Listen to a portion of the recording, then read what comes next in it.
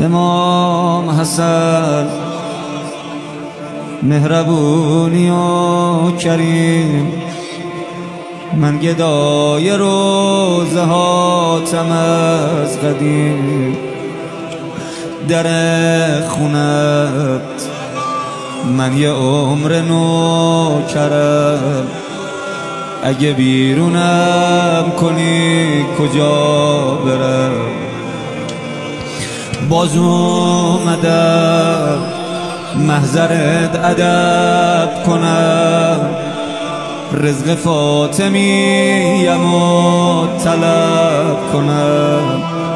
تو دستت روزی ما نوکران، ای فدای مادرت و مادران.